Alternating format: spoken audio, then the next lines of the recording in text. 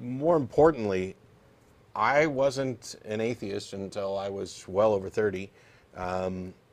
I was a skeptic long before then. I just didn't apply skepticism to my religious beliefs. There are plenty of people who are skeptics and theistic. I just don't happen to think that they're applying skepticism to their theism, and in some cases they're denying that it should, but that's a subject for another day.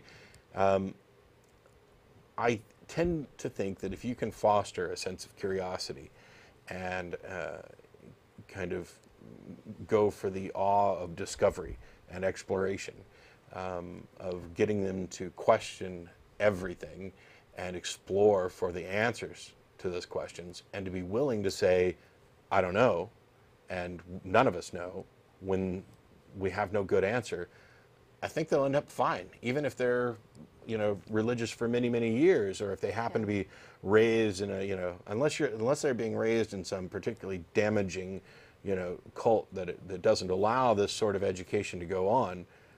I would hope that most of them are going to, you know, find their way through to seeing reason and seeing the benefits of a rational worldview where we rely on the scientific method and you know, evidence.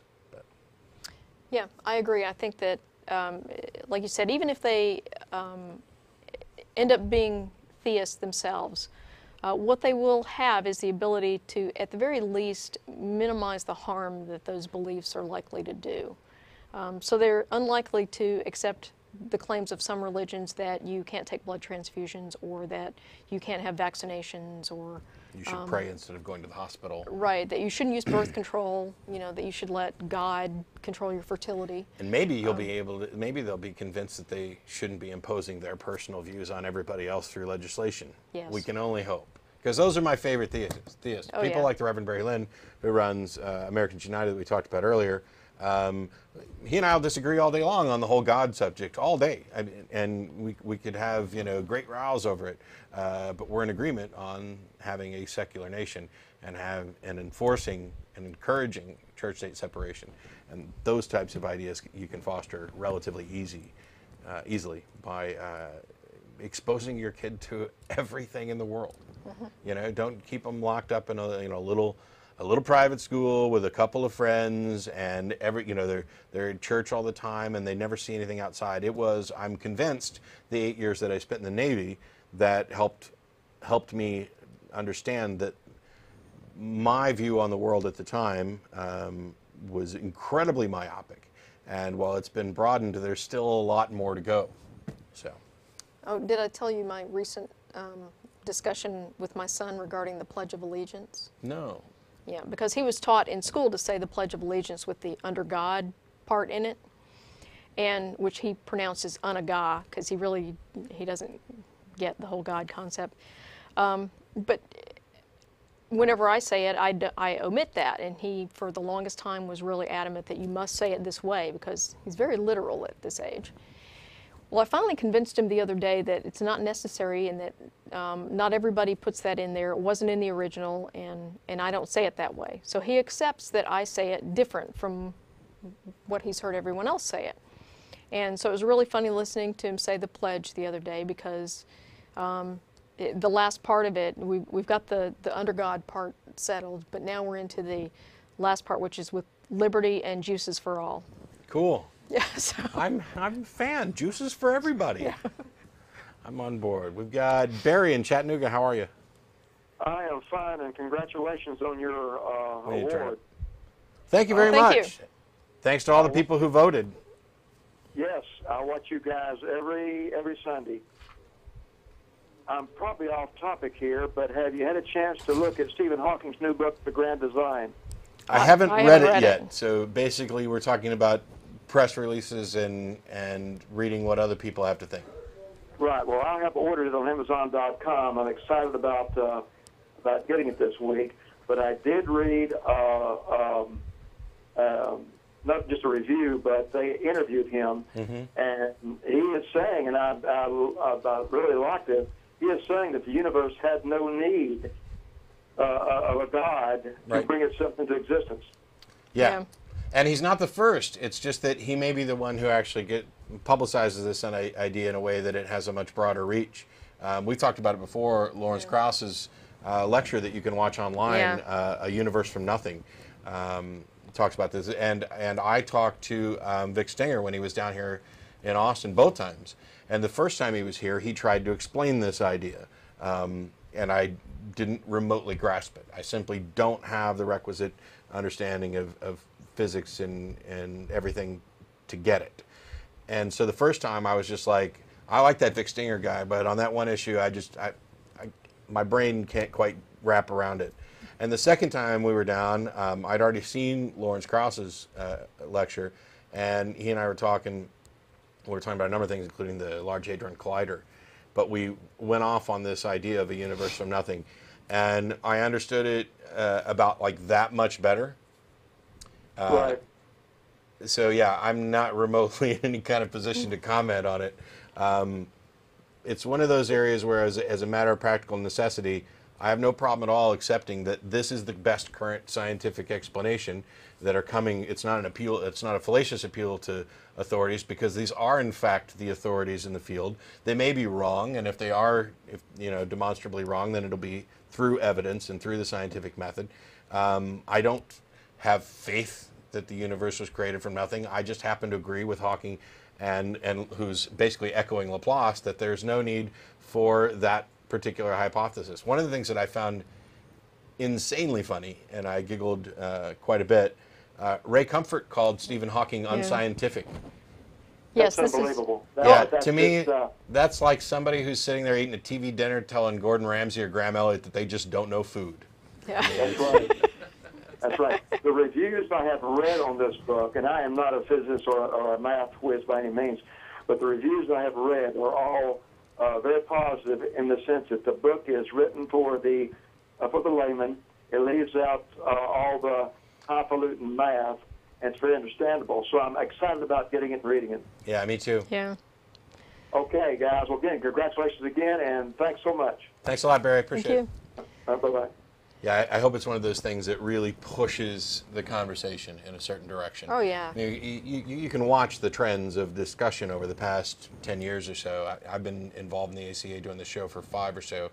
And where the topics are does this. And part of it is driven, most of it I would say is driven by particular apologists. You'll see an apologist put out a video or have a debate where a certain point's raised, and it becomes like the argument of the day, whether it's the transcendental argument or the cosmological argument or something else.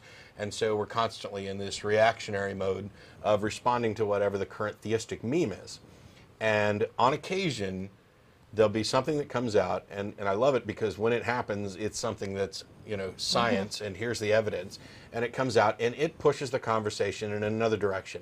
It's not simply a response to theistic propositions. It puts theists on the defensive, which, by the way, is where they should be, because they're the ones that are positing something that is contrary to everything we know and understand about the universe. So. Well, what I love is that no matter what theists are arguing against, they're still on about evolution, which is, that's a done deal, guys. That whole gravity thing. Yeah. It's just angels pulling you down. And while they're gnashing their teeth and wailing over whether evolution is true or not, science just continues marching on. We just keep continuing to add more to the knowledge base. So we've got Andrew in Philly. How are you? Hey guys, how's it going? Good. Thanks for waiting. Congratulations on the award. I'm so happy for you guys. You deserve it very much. Thank you. Thank you. So for the past couple of weeks, I've been going to a Bible class at a Christian church. They don't know I'm an atheist. I'm like an atheist Jane Goodall. Awesome. Observing them, yeah. Well, like a weird thing, like I noticed that they spend a lot of time trying to show that the Bible is inerrant and there's no errors in it. And sometimes I ask questions or I point out contradictions.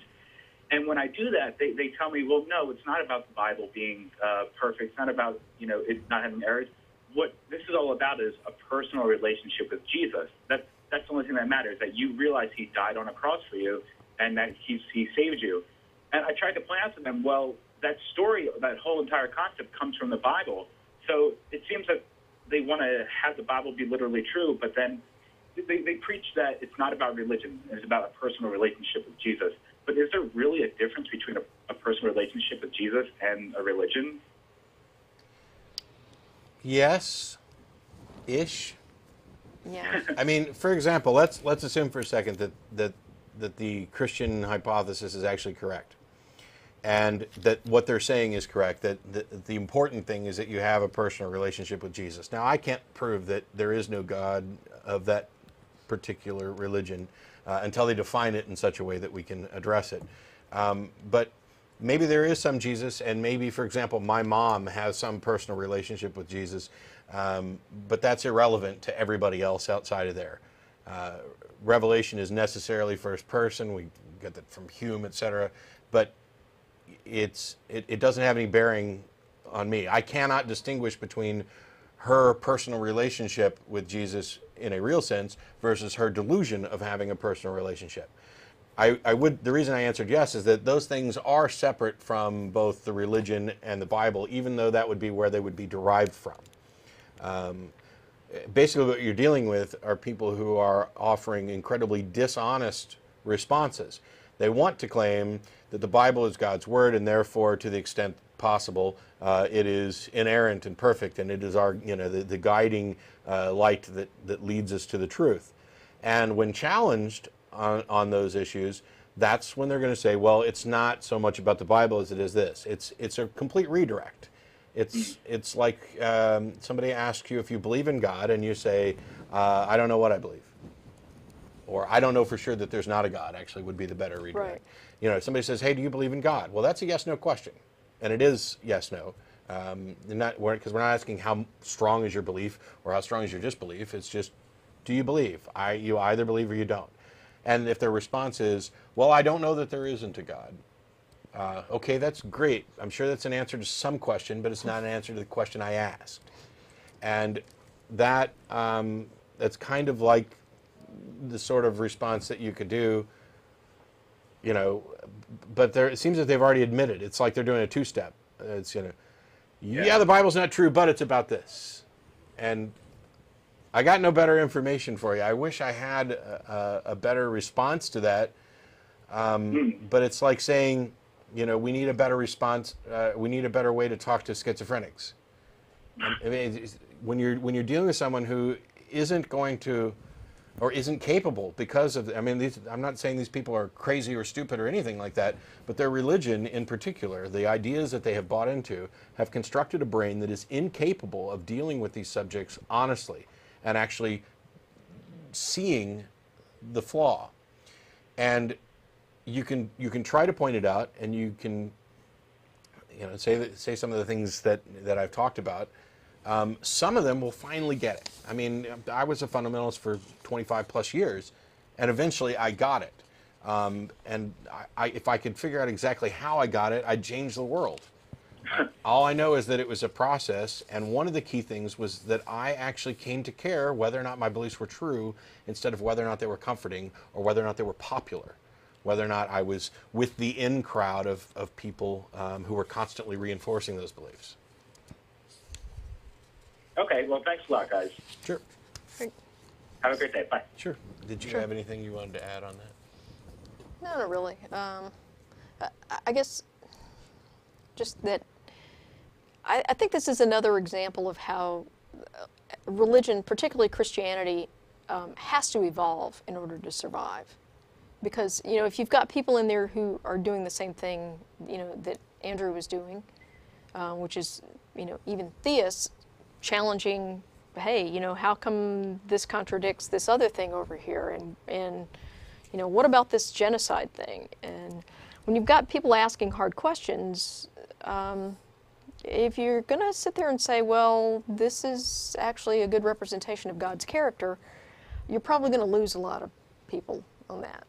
Yeah, my big problem with the honesty of it. Yeah, it's completely dishonest. It's like if you were talking about anything else, for example, if you were offering up your evidence for evolution, or you were teaching somebody evolution, which that would be more accurate with the type of sermon and Bible study type thing.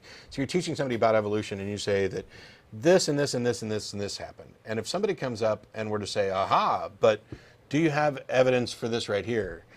No scientist, no teacher is going to say, well, that one might be a little bit wrong. It's really about this. Right. It's just not the way.